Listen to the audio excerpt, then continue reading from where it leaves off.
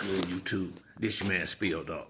I saw something on Showbiz the Adult this morning, and I think the card is in May at Riyadh season from Turk.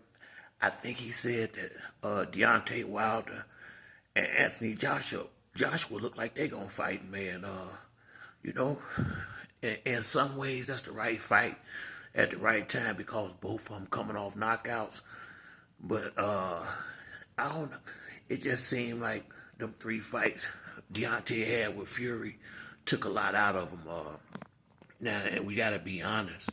Before he fought Fury, Deontay really hadn't fought a lot of the real good heavyweights. Just keeping it honest. I like Big Tay. I like the knockouts, but I think the best fighter he had fought before he fought Tyson Fury was the big Cuban heavyweight. I can't remember his name, but he a good fighter, but he like 40. He was like 40 years old or something like that. And I really thought Deontay was trying to, I don't know why they had him fighting the type of fights he fought. That dude, Stavern. I mean, he didn't have a lot of real good, solid A-class heavyweights on his line. He had knocked out a lot of the B-caliber heavyweights, but the Anthony Joshuas, the Furies, the Usyks, the top guys, he really hadn't been in the ring with them yet, not most of them. And, because he only had, I think, the one belt. And when he fought Tyson Fury, I think that was to unify. I'm not sure. But the first fight, I felt like they had a long count and kind of helped Fury out. But after that, the two fights after the first one, he took some pretty bad beatings in them fights.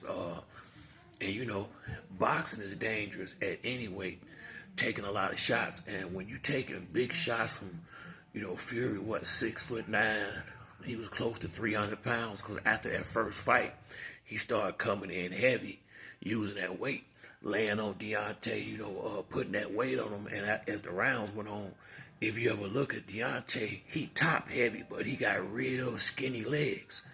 And, it just seemed like his legs was giving out on him in the second half of the fights with Tyson Fury.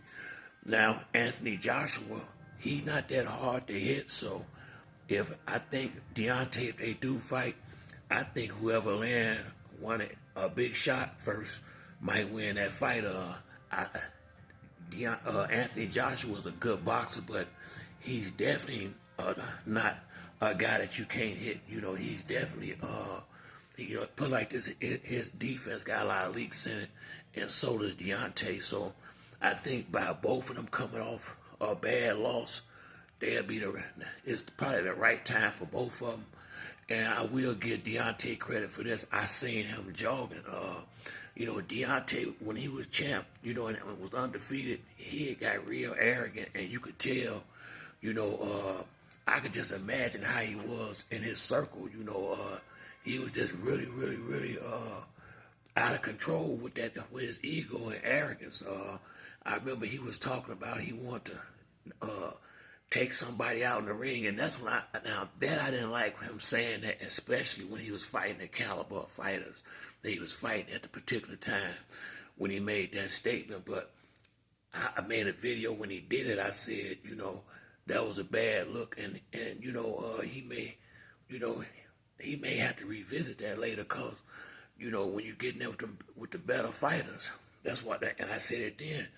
That if you're going to feel like that, then you need to fight the top guys. Don't be getting these dudes that you know you can beat and trying to hurt people like that. I mean, I just didn't, I remember Muhammad Ali gave a press conference one time, and he was like, he always liked to win, but he never didn't want to go in there and hurt nobody real bad,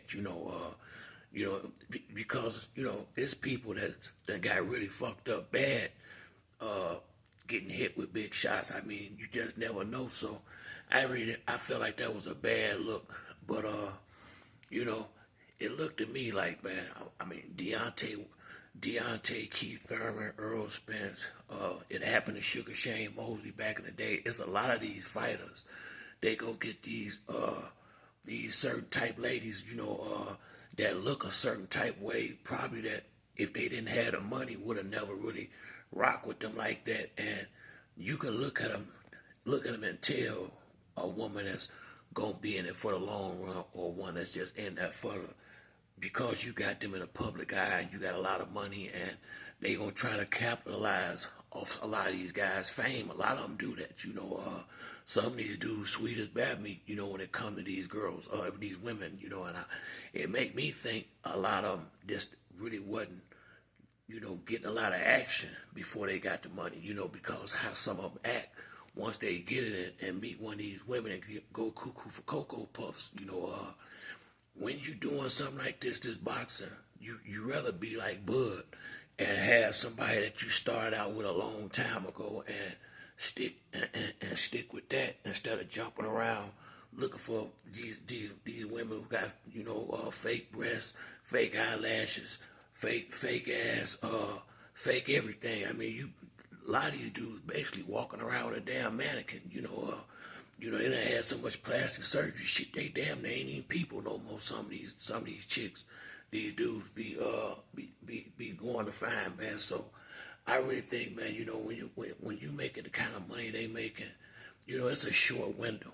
It's no matter how good it look, it's a very short window. And most professional sports, where you gonna be at the top, making the top dollar, it's only you're gonna get a few Kareem Abdul-Jabbar's and Tom Brady's and LeBron James that hang around 20 years, but the average athlete, they gonna be in the professionals from anywhere from 3 to 7 to 10 years, and then you got the rest of your life to either manage that money right or find other things to do when you can't do play or whatever athletic sport you in.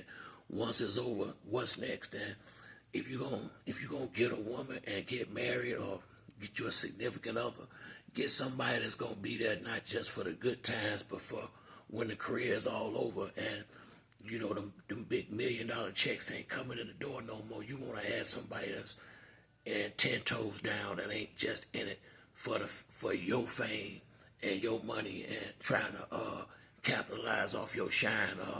So man, hopefully, man, like I said, Charlo, a lot of these guys, I think maybe the problems Deontay might have been having in his relationship could have had something to do with how he been fighting of late. But that last dude he fought, man, that guy, I don't know why they would put him in there. But that dude was 300-some pounds and a good fighter. To me, shit, Deontay is tall, but he ain't no big dude. He ain't big and stocky like AJ and Tyson Fury. Once again, he got them toothpick legs. I just didn't understand them putting him in there with that big dude like they did. But him and Anthony Joshua, that's the right fight at the right time. I'm a rock with Big Tay. That's my man. But I will say this. I just feel like whichever one of them start dropping the big bombs and landing first is probably going to win the fight. I really believe Deontay punch resistance is down a lot from that fight with from them fights with Tyson Fury. And to be honest with you, you can see Tyson Fury left a lot in the ring too. He ain't the same guy he used to be. He ain't no old cat. But he took a lot of big shots from Deontay too. So man, I'm looking forward to that card in May. I think he was saying that Devin Haney and Ryan Garcia are gonna be on a card, not fighting each other, fighting different fighters, setting the table for them to fight later on in October. So like I say, man, it's like we're gonna have a good year of boxing. We got Keyshawn Davis fighting for a title on the 14th. Got Shakur and Floyd Schofield Jr. We got Benavidez and Morrell. It's finna get cracking. Tank and Lamar Roach.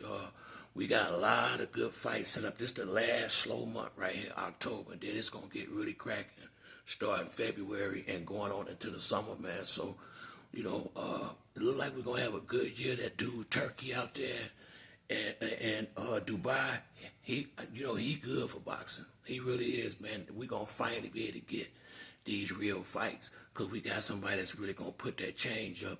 And that's all you got to do a lot of times to get these guys in the ring. You got to pay them, especially at certain levels. But I like some Turkey said in a video the other day, these guys worry too much about losing a fight, man. I mean, this shit is ridiculous, man. I mean, and we slowly getting away from that Floyd Mayweather era, and I'd be glad when we do. Floyd, my man, but it kind of fucked boxing up with everybody doing all this cherry picking and maneuvering around these fights. I mean, it's ridiculous how they ducking and dodging smoke out here. So, like I said, man, Riyadh season, man, it look like he gonna take over boxing if he keep doing this, man. And I can't wait to see what happens with if Deontay Wilder and Anthony Joshua fight.